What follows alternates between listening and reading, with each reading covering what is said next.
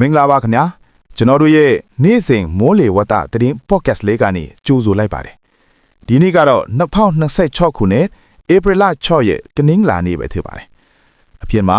အပူချိန်တွေကတော်တော်လေးပြင်းထန်နေသလိုမိုးတိမ်တောင်တွေလည်းဖြစ်ထုံးနေလေအချိန်ပေါ့ဒီညညနေ9နာရီမှာမိုးလေဝသနဲ့ဇလပြီးတော့ညွှန်ကြားမှုဦးစီးဌာနကနေထုတ်ပြန်လိုက်တဲ့နောက်ဆုံးရအချက်လက်တွေကိုကျွန်တော် DJ တယောက်လိုပေါ့ပါနဲ့တင်ဆက်ပေးသွားပါမယ်ကဲကျွန်တော်တို့ဒီနေ့ရဲ့ရာသီဥတုအခြေအနေလေးကိုအရင်ကြည့်လိုက်အောင်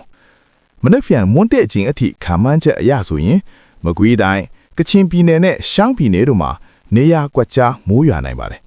စကိုင်းတိုင်းမန္တလေးတိုင်းပဲခူးတိုင်းအေရဝတီတိုင်းကယားချင်းမိုးနဲ့ရခိုင်ပြည်နယ်တို့မှာလည်းနေရာကျကျမိုးရွာနိုင်ပြီးရန်ကုန်နဲ့နေပြည်တော်မှာတော့ရွာရန်ရာဂိုင်နှုန်း80တောင်ရှိနေတယ်ဆိုတော့ထီးလေးတွေစောင်းထားကြဖို့အကြံပေးရှင်ပါတယ်ခင်ဗျာ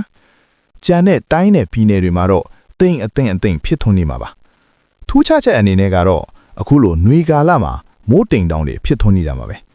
နေပြီးတော့မန္တလေးပဲခူးရန်ကုန်အေရဝတီကယားရှမ်းချင်းနဲ့ရခိုင်ပြည်နယ်တို့မှာမိုးတိမ်တောင်တွေကြွရွ့နဲ့ဖြစ်ပေါ်နေပါတယ်ဒီလိုမိုးတိမ်တောင်တွေရွေလျားရလမ်းကြောင်းတစ်လျှောက်မှာလေပြင်းတိုက်တာမိုးထချုံရွာတာလှန်စီးလက်တာနဲ့မိုးတီးကြွေတာမျိုးတွေဖြစ်နိုင်လို့အထူးပဲသတိထားစီခြင်းပါတယ်အပူချိန်တွေကလည်းမြင့်တက်နေဆဲမို့ကျန်းမာရေးကိုဂရုစိုက်ကြပါအောင်ခင်ဗျာ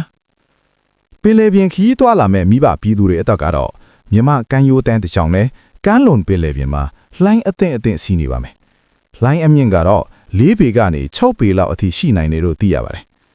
ကပလီပင်လယ်ပြင်တောင်ပိုင်းနဲ့ဘင်္ဂလားပင်လယ်အော်အရှိအလဲပိုင်းတွေမှာတော့တိမ်အသင့်ကနေတိမ်အသင့်ဖြစ်ထွန်းနေပြီးကြံပင်လယ်ပြင်ဒီမှာတော့တိမ်အနှင်းငယ်ပဲရှိနေမှာပါမနက်ဖြန်အထွေမြို့ကြီးတွေရဲ့အခြေအနေကိုကြည့်ရင်နေပြည်တော်နဲ့မန္တလေးမှာနေရာကွက်ကြားမိုးထချုံရွာနိုင်ပြီးရန်ကုန်မှာတော့မိုးအနှဲငယ်ရွာနိုင်ပါတယ်အပူချိန်ကတော့နေပြည်တော်နဲ့မန္တလေးမှာ38ဒီဂရီစင်တီဂရိတ်အထိရှိနိုင်ပြီးရန်ကုန်မှာတော့36ဒီဂရီစင်တီဂရိတ်လောက်ရှိမှဖြစ်ပါတယ်ကဲဒါကတော့ဒီနေ့အတွက်မိုးလေဝသသတင်းလေးပဲဖြစ်ပါတယ်နောက်ထပ်ထူးခြားတဲ့ရာသီဥတု update တွေကိုအချိန်နဲ့တပြေးညီသိရှိနိုင်ဖို့ကျွန်တော်တို့ရဲ့ channel လေးကို subscribe လုပ်ထားပေးကြပါဦးခင်ဗျာ